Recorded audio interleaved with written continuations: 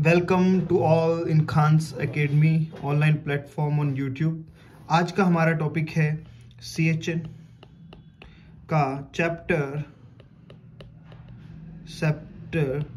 2 का part C। Chapter 2 हमारा काफ़ी बड़ा है, काफ़ी लेंथी और काफ़ी क्वेश्चन कंटेन करता है, इसलिए इसको हमने 3 पार्ट में डिवाइड करके इम्पोर्टेंट टॉपिक को सेपरेटली पढ़ा है। आज का जो हमारा चैप्टर C है वो कनेक्टेड है 2.B से। क्यों? क्योंकि मैं ये 2.C का जो हमारा मेन टॉपिक है आज का मोड ऑफ ट्रांसमिशन, उससे पहले मैं आप लोगों से इस क्लास के क्वेश्चंस पूछना चाहूँगा। सबसे पहला क्वेश्चन तो जो मैंने आप लोगों से उस दिन ही पुट कर दिया था, आप लोगों के आगे आप लोगों से पूछा था कि इंडियन गवर्नमेंट के जितने भी हमारे जो नेशनल हेल्थ प्रोग्राम्स हैं वो कौन से लेवल के प्रिवेंशन के अंदर आते हैं। तो मुझे इतना अच्छा रिस्पांस नहीं मिला कमेंट सेक्शन के अंदर। आई डोंट नो आप लोगों ने क्लास देखी या नहीं देखी, बट हाँ, क्लास देखी होती तो आंसर जरूर आना चाहिए था। और वेरी इंपॉर्टेंट क्वेश्चन है, ध्यान में रखिएगा। यहाँ पे कंसिडर किया जाता है Indian government national health programmes को सभी को सेकेंडरी लेवल प्रिवेंशन के अंदर, क्योंकि मैक्सिमम जो प्रोग्राम्स हैं वो ट्रीटमेंट के ऊपर बेस्ड हम लोग मानते हैं, जो कि इंडियन गवर्नमेंट के हैं सेकेंडरी लेवल प्रिवेंशन। अब आ जाइए, अब आगे बढ़ते हैं। अब मैं आप लोगों से कुछ क्वेश्चन पूछना चाहूंगा, आपको उनके आंसर देने हैं। फटाफट मैं क्वेश्चन लिखूंगा पहले, देन आपको आंसर करने हैं अपने मन में। मैं 5 सेकंड के लिए रुकूंगा उस क्वेश्चन के आंसर के लिए।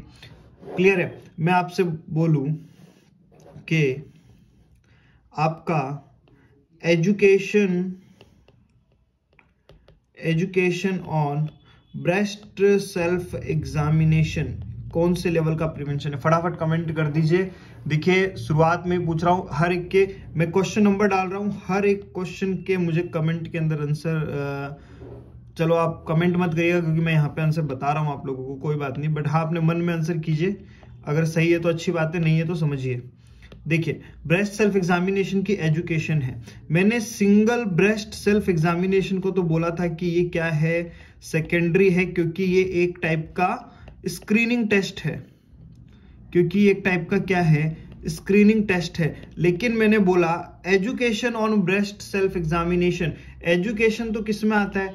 या तो प्रीमोडियल में या प्राइमरी के अंदर, 2 ऑप्शन बनते हैं हम लोगों के पास में। लेकिन ब्रेस्ट सेल्फ एग्जामिनेशन क्या मेल कैंडिडेट को देने की नीड है? बिल्कुल नीड नहीं है, यानी कि स्पेसिफिक है। क्या छोटी बच्चियों को ब्रेस्ट सेल्फ एग्जामिनेशन देने की नीड है? नहीं नीड है। फीमेल को देंगे, बड़ी एज वालों को देंगे, यानी कि स्पेसिफिक एजुकेशन, स्पेसिफिक टॉपिक, और आंसर क्या जाएगा? प्राइमरी। सिर्फ ब्रेस्ट सेल्फ एग्जामिनेशन तो secondary, education on breast self examination is primary. चलिए नेक्स्ट क्वेश्चन इज, आप अगर बोले कि एजुकेशन ऑन वियरिंग हेलमेट कौन से लेवल ऑफ प्रिवेंशन में जाएगा?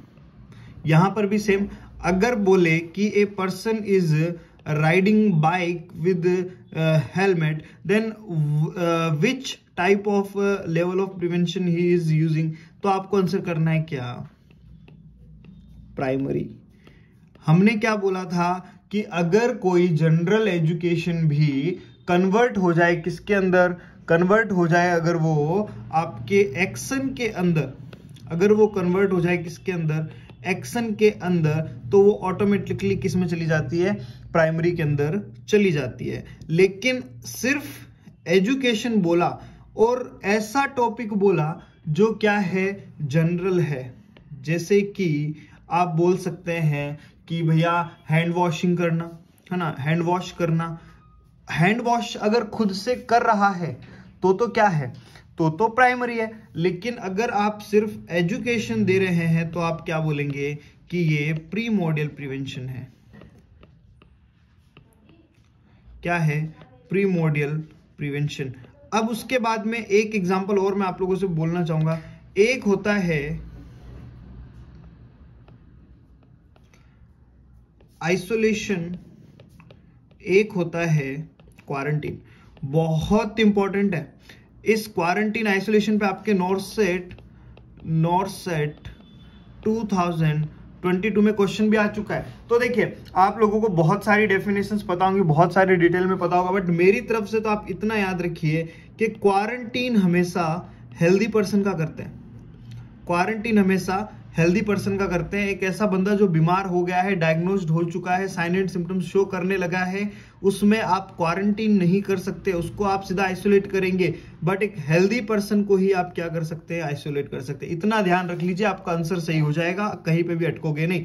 क्वारंटीन हेल्दी पर्सन का करते हैं और आइसोलेशन डिजीज्ड पर्सन का करते हैं, जिसका क्या हो चुका है, डायग्नोसिस हो चुका है। डॉक्टर ऐसा लिखता है, जब कोविड की आप लोग टेस्ट करवाते हैं, जब ओपीडी में दिखाते हैं, तो डॉक्टर ऐसे लिखता है, जब तक पॉजिटिव नहीं आया तब तक बोलता है कि गो फॉर क्वारंटीन। जैसे ही रिपोर्ट आई पॉजिटिव आया, गो फॉर आइसोलेशन। तो ध्यान में रखिएगा, आइसोलेशन जब आपने बोला हेल्दी पर्सन है, यानी कि या तो प्रीमोर्डियल या फिर प्राइमरी। डिजीज से पहले दो थे, प्रीमोर्डियल या फिर प्राइमरी। अब देखो, क्वारंटीन एक स्पेसिफिक टेक्निक है या एजुकेशन है? ऑब्वियस टेक्निक है, आप यूज करते हैं इसे, टेक्निक है। यानी कि quarantine is always primary, quarantine is always primary and isolation is secondary, and isolation is secondary. But इतने से तो एग्जामिनर का पेट भरता नहीं है, वो कुछ ना कुछ लोचा तो लेकर के आएगा, लेकिन आपको हमेशा आइसोलेशन को क्या बोलना है, सेकेंडरी बोलना है। लेकिन इसका एक एक्सेप्शन है, कौन सी डिजीज, मम्प्स डिजीज। कौन सी, मम्प्स डिजीज। याद रखिएगा, अगर पूछ ले isolation in mumps disease which level of prevention, तो आपको मम्प्स के अंदर आइसोलेशन को कंसीडर्ड करना है, किसके अंदर, प्राइमरी के अंदर। वेरी वेरी इंपॉर्टेंट क्वेश्चन है, ध्यान में रखिएगा, क्योंकि जहां एक्सेप्शन आ जाए समझ लो क्वेश्चन आने के चांस बढ़ गए हैं, चांसेस ज्यादा हो गए हैं। और यहाँ पे ये एक्सेप्शन है एक, किसका, सेकेंडरी लेवल प्रिवेंशन का। Isolation is always secondary, but in mumps disease isolation is primary. Question mark लगा लीजिए। क्लियर है? तो ये कुछ क्वेश्चंस थे जो मैं आप लोगों के डिस्कस करना चाहता था। क्लियर है?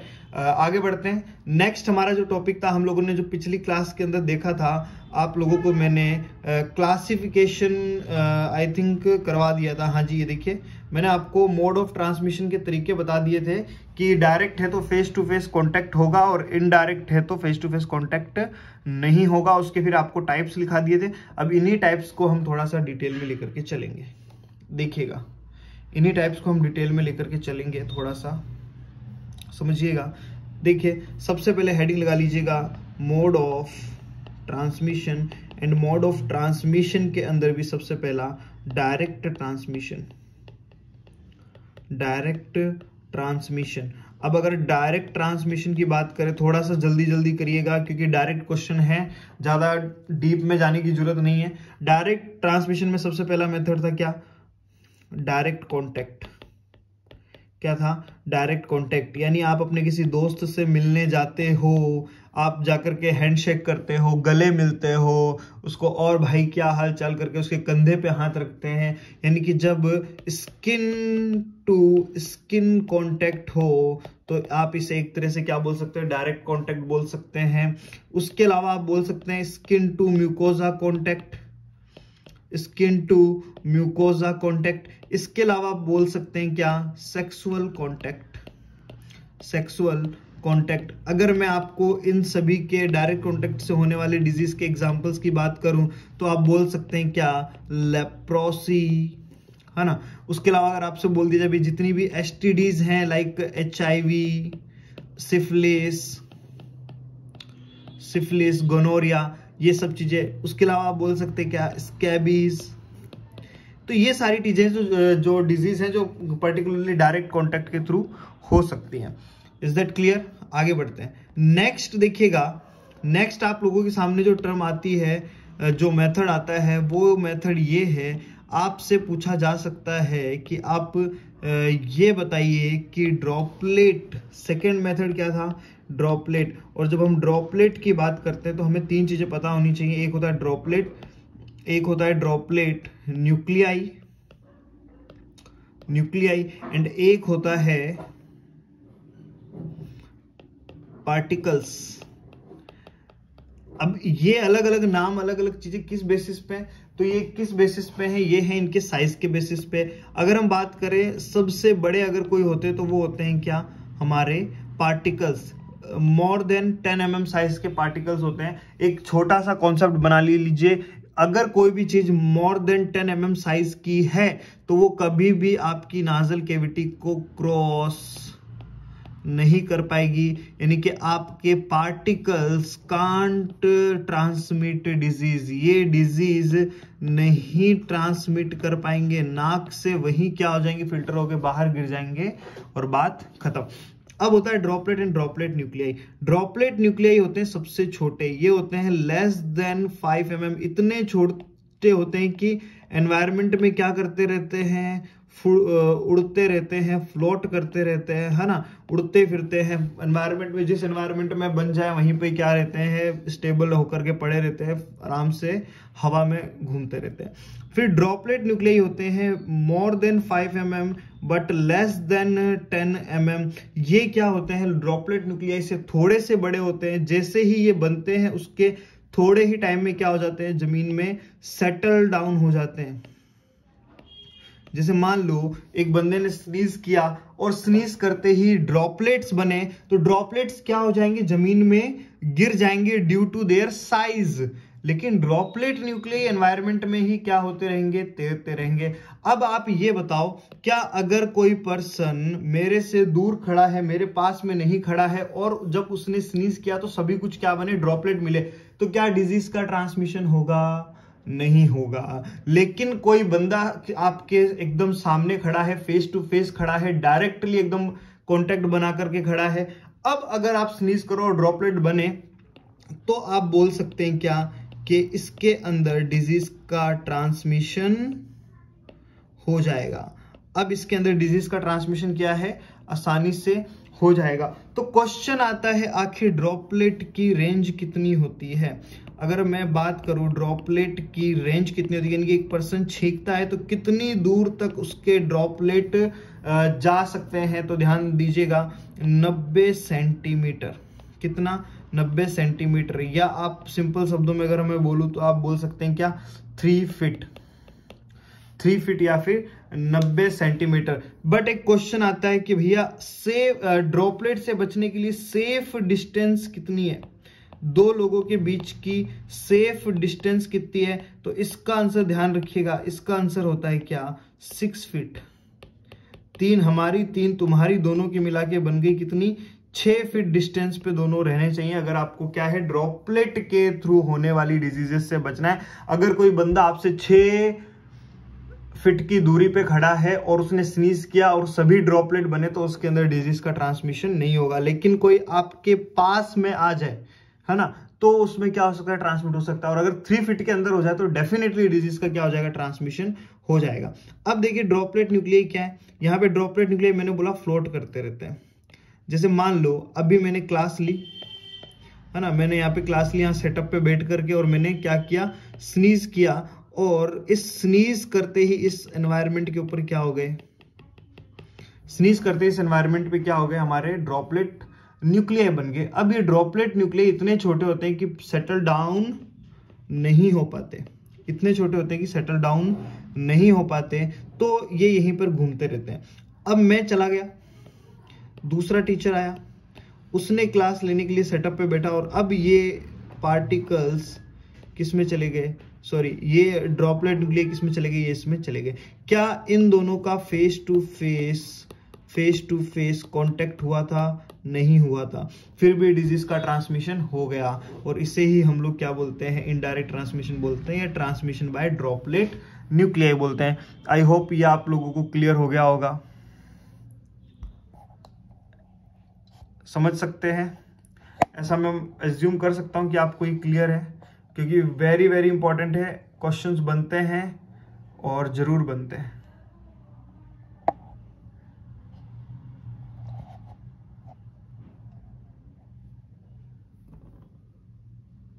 चलिए आगे बढ़े। तो ये होता है हमारा क्या, ड्रॉपलेट के थ्रू कोई भी आपका ट्रांसमिशन होना। पहला था डायरेक्ट कॉन्टेक्ट, दूसरा है ड्रॉपलेट, तीसरा लिखिएगा third one is contact with soil. Contact with soil, मिट्टी से कॉन्टेक्ट, मिट्टी से कांटेक्ट से कौन सी बीमारी होती है आप सभी लोगों को पता है।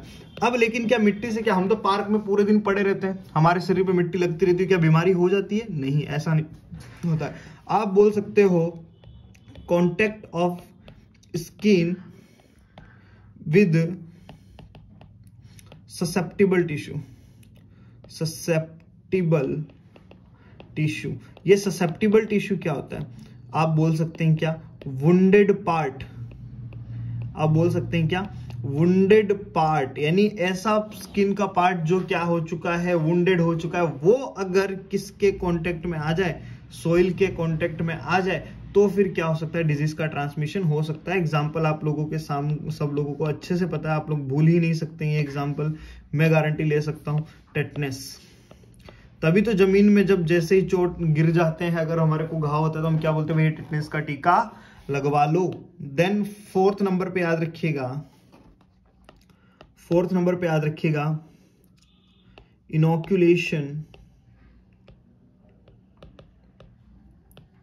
Inoculation into skin. नेक्स्ट ध्यान दीजिएगा, इनोक्यूलेशन इनटू स्किन। अब देखो ये क्या बोलता है, जो आपका एजेंट होता है वो सीधा कहां एंट्री करता है, agent enter in body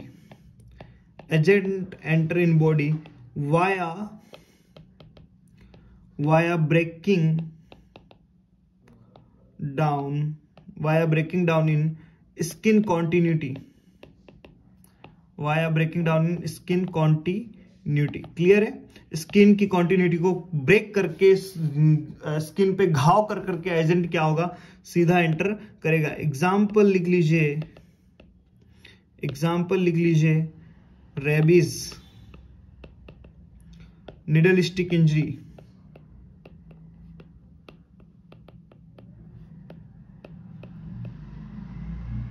rabies and needle stick injury, ये आपको देखने को मिलते हैं क्या, इनोक्यूलेशन इनटू स्किन। देन आता है हमारा फिफ्थ पॉइंट, वर्टिकल ट्रांसमिशन। फिर आता है वर्टिकल ट्रांसमिशन। देखिए ये वर्टिकल ट्रांसमिशन क्या होता है, वर्टिकल ट्रांसमिशन समझिएगा, अगर मां से बच्चे में कोई भी डिजीज का ट्रांसमिशन अगर होना है, उसके 3 वे हो सकते हैं। एक तो सबसे पहला तो at the time of means pregnancy के टाइम में, ड्यूरिंग प्रेगनेंसी। दूसरा चांसेस है डिलीवरी के टाइम, या फिर आप बोल सकते हैं कोड कटिंग के टाइम पे, जिस टाइम पे मिक्सिंग ऑफ ब्लड होता है। और दूसरा वाया ब्रेस्ट मिल्क या breast feeding,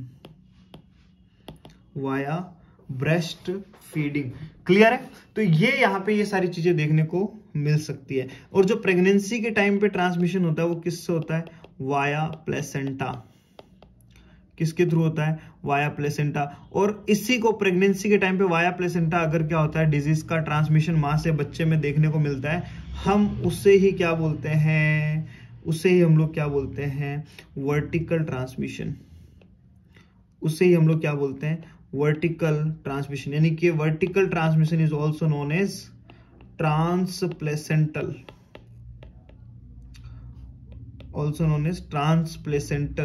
transmission. Is that clear? इसके एग्जांपल्स की अगर मैं बात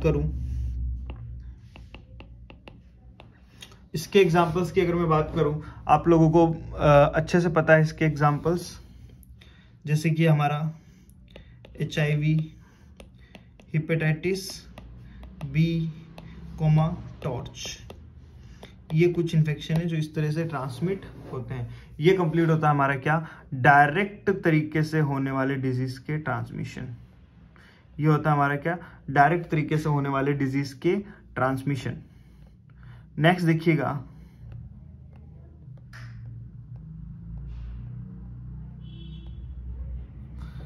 देखिएगा, इनडायरेक्ट।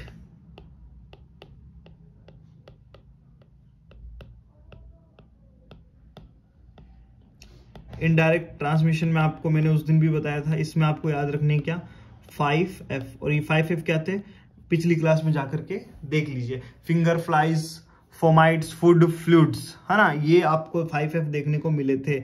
जहां आप से अगर मैं क्वेश्चन एक पूछ लूं, हाउस फ्लाई का साइंटिफिक नेम क्या होता है, याद रखिएगा, मस्का डोमेस्टिका पूछ सकता है। मस्का डोमेस्टिका नाम नहीं, इस नाम से रिलेटेड क्वेश्चन पूछ सकता है। कोई ये नहीं पूछेगा हाउस फ्लाई का साइंटिफिक नेम क्या होता है। जीके में पूछ सकता है बट जनरली नहीं पूछेगा। पूछेगा तो ये पूछेगा कि आपका हाउस फ्लाई क्या है, एक तरह से इनडायरेक्ट ट्रांसमिशन है, डायरेक्ट ट्रांसमिशन है, क्या है, पूछ सकता है। बहुत सारे क्वेश्चन बनते हैं, आगे बात करेंगे। इसमें हम लोगों ने देखा सबसे पहले वेक्टर बॉर्न। दूसरी बात, जिसके पीछे लग जाए क्या, बॉर्न, समझ जाना क्या है, इनडायरेक्ट है। जिसके पीछे लग जाए क्या, बॉर्न, समझ जाइए कि इनडायरेक्ट की बात हो रही है। अब वेक्टर में आपको अगर मैं बोलूं तो वेक्टर में मैक्सिमम क्या होते हैं, वेक्टर में जो मैक्सिमम होते हैं वो होते हैं क्या, इंसेक्ट्स। और इंसेक्ट्स में भी आपसे अगर पूछा जाए तो मॉस्किटो। इंसेक्ट्स में भी स्पेसिफिकली पूछा जाए तो मॉस्किटो। क्लियर है। अब मॉस्किटो में भी सबसे इंपॉर्टेंट जो क्वेश्चन जनरली बनते हैं डिजीजेस के, अगर मैं नाम बताना चाहूं आप लोगों को, आप सभी लोगों को पता है मलेरिया किससे होता है। मलेरिया का वेक्टर कौन है, फीमेल एनोफिलिस। कौन है, फीमेल एनोफिलिस। लेकिन आजकल इतने से पेट नहीं भरता, पेट नहीं भरता है तो अब इसको क्या करना होता है, फीमेल एनोफिलिस हर एरिया में अलग अलग है। आपकी अर्बन के अंदर जो मलेरिया है उसका नाम होता है, याद रखिए, अर्बन बोले तो शहर की लड़कियां। कंपेयर करो शहर की लड़कियों को और गांव की लड़कियों को, तो ज्यादा फैशन में कौन रहता है, ऑब्वियसली शहर की लड़कियां। तो ट्रिक बना लीजिए, गांव की लड़कियां जिस तरह से शहर की लड़कियां जिस तरह से फैशन में रहती है उसी तरह से शहर की मच्छर भी फैशन में रहेगी, यानी कि स्टे फैंसी। और गांव वाली देखिएगा उसका नाम है बड़ा ही पुराना सा, आप बोल सकते हैं कुल्फी बाई, है ना। कुल्फी बाई से याद रहेगा आपको कुल्सी फैसीज। क्लियर है, ये आप लोगों को यहां पे ध्यान में रखना है। उसके अलावा अगर मैं आपसे पूछूं डेंगू, उसके अलावा मैं पूछूं आपसे डेंगू, तो डेंगू में याद रखिएगा डेंगू के मच्छर का नाम क्या है, एडिस इजिप्टाई। Aedes aegypti. हो सकता है स्पेलिंग गलत हो बट थोड़ा एडजस्ट कीजिएगा। इसी को हम लोग क्या बोलते हैं, टाइगर मॉस्किटो। टाइगर मॉस्किटो क्यों बोलते हैं, क्योंकि इसके जो बॉडी है उसके ऊपर क्या बना होते हैं, स्ट्रिप्स लाइक स्ट्रक्चर्स होती है ना, ऐसे धारियां बनी हुई होती है, इसलिए इससे हम लोग क्या बोलते हैं, टाइगर मॉस्किटो बोलते हैं। यही एडिस इजिप्टाई के बहुत सारे क्वेश्चन आते हैं, इंपॉर्टेंट। हरियाणा सीएचओ के एग्जाम में पूछा गया था कि क्लीन वाटर के अंदर कौन सा मच्छर होता है, तो आपको याद रखना है क्लीन वाटर के अंदर डेंगू का मच्छर होता है, जिसे हम एडिस इजिप्टाई बोलते हैं। कहाँ डेवलप होता है, क्लीन वाटर के अंदर। जनरली ये बाइट करता है कहाँ पे, अगर हम बात करें, बाइट करता है लेग्स पे ज्यादा। क्यों, क्योंकि इनकी जो फ्लाइट रेंज होती है, वो क्या होती है, थोड़ी सी क्या होती है, लो होती है, कम होती है, जिसकी वजह से ज्यादा ऊपर नहीं उड़ पाते और पैरों में काटते हैं। और किस टाइम पे बाइट करते हैं, जनरली किस टाइम पे एक्टिव होते हैं, डे टाइम पे। जिस तरह से हम होते हैं ना, रात को सोना, दिन में अपना काम करना, तो उसी तरह से ये भी दिन में ही अपना काम परफॉर्म करते हैं, रात में आराम से चिल मारते हैं। उसके अलावा अगर मैं और किसी डिजीज की अगर बात करूं, जैसे मैं आपसे पूछ लूं फाइलेरियासिस की, या लिम्फेटिक फाइलेरियासिस भी बोलते हैं, जिसे आप लोग एलिफेंटाइटिस के नाम से भी जानते हैं। इसके वेक्टर का क्या नाम है, याद रखिएगा, क्यूलेक्स मॉस्किटो। क्या नाम है इसका, क्यूलेक्स मॉस्किटो। उसके अलावा एक और आपको वेक्टर का मैं एग्जांपल दे देना चाहूंगा, सैंड फ्लाई नहीं, आप बोल सकते हैं क्या, सेसे फ्लाई।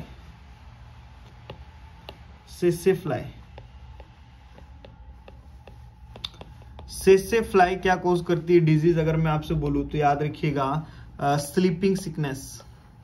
आप बोलोगे सर ये तो हमें बिना इसके भी है, हाँ बिल्कुल, लेकिन ये जब अगर क्या कर दे, सेसे फ्लाई अगर वेक्टर ट्रांसमिट कर दे, सॉरी वेक्टर के अगर इसका पॉजिटिव एजेंट ट्रांसमिट कर दे तो आप बोल सकते हैं कि स्लीपिंग सिकनेस हो जाएगी, सोते ही रहोगे, जगोगे ही नहीं। क्लियर है? तो ये होता है क्या, वेक्टर बॉन्ड। दूसरा आपको देखने को मिलता है क्या, व्हीकल बॉन्ड। व्हीकल बॉन्ड की अगर हम बात करें तो व्हीकल बॉन्ड में वही सब कुछ आपकी, यही कुछ भी नहीं है, बस नाम है, एयरबॉर्न, फूडबॉर्न, ठीक है, ब्लड बॉन्ड,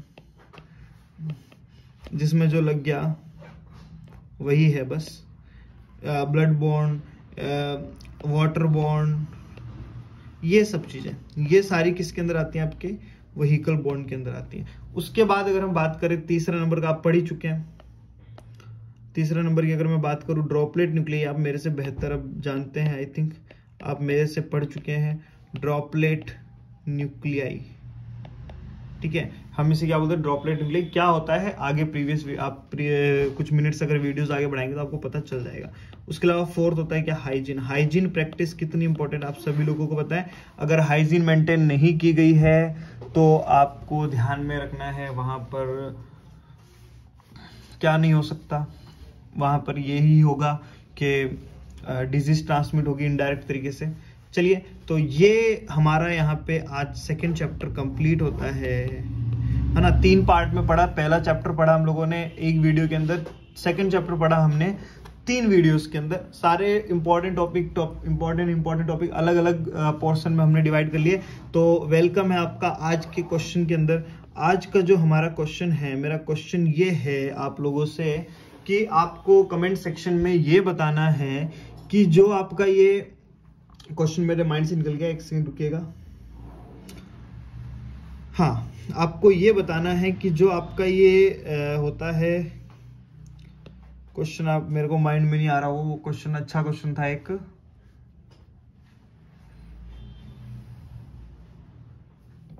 देखिए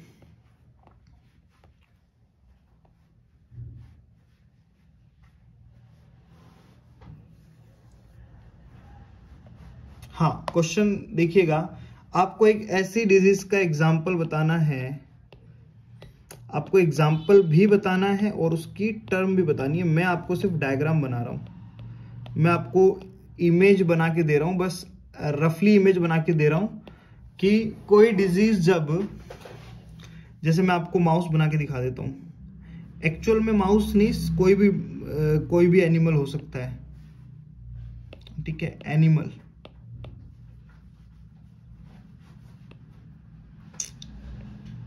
ये देखो चूहा बनाना सीख लो, ठीक है, और इधर है ह्यूमन। बता दो ऐसी डिजीज का एग्जाम्पल बताओ जो ह्यूमन टू एनिमल होती है और इसके लिए जो टर्मिनोलॉजी यूज की जाती है उस टर्मिनोलॉजी को भी आपको बताना है। ह्यूमन टू एनिमल भूलिएगा नहीं, कमेंट कीजिए और नेक्स्ट क्लास का वेट करिए। मैक्सिमम टू मैक्सिमम शेयर कीजिए, सब्सक्राइब कीजिए। और देखिए, मैं इंपॉर्टेंट चीजें ही कवर कर रहा हूँ। राजस्थान सीएचओ में जो इंपॉर्टेंट है, उसके अलावा राजस्थान सीएचओ की बात ना करें तो नॉर्सेट के लिए भी इंपॉर्टेंट है। मैंने कोई भी ऐसा स्किप नहीं कर रहा हूँ, जितना करवा रहा हूँ उतना बेस्ट है। आपके एग्जाम में क्वेश्चन पढ़ते हैं डायरेक्टली। आजकल सीएचएन का वेटेज वैसे भी आप लोगों को पता है बहुत बढ़ गया। आपको अगर नहीं विश्वास हो, इतना आपको लगे कि सीएचएन लाइक मींस इतना इंपॉर्टेंट सब्जेक्ट नहीं है, तो नॉर्सेट 2022 का सेकंड शिफ्ट का पेपर उठा लेना। आप खुद डिफरेंशिएट कर जाओगे कि क्या इंपॉर्टेंट है क्या इंपॉर्टेंट नहीं है। Is that clear? तो ये क्वेश्चन का आंसर दे दीजिएगा, मेरे को इंतजार रहेगा आप लोगों के आंसर का कमेंट सेक्शन में। मिलते हैं नेक्स्ट क्लास में। Thank you.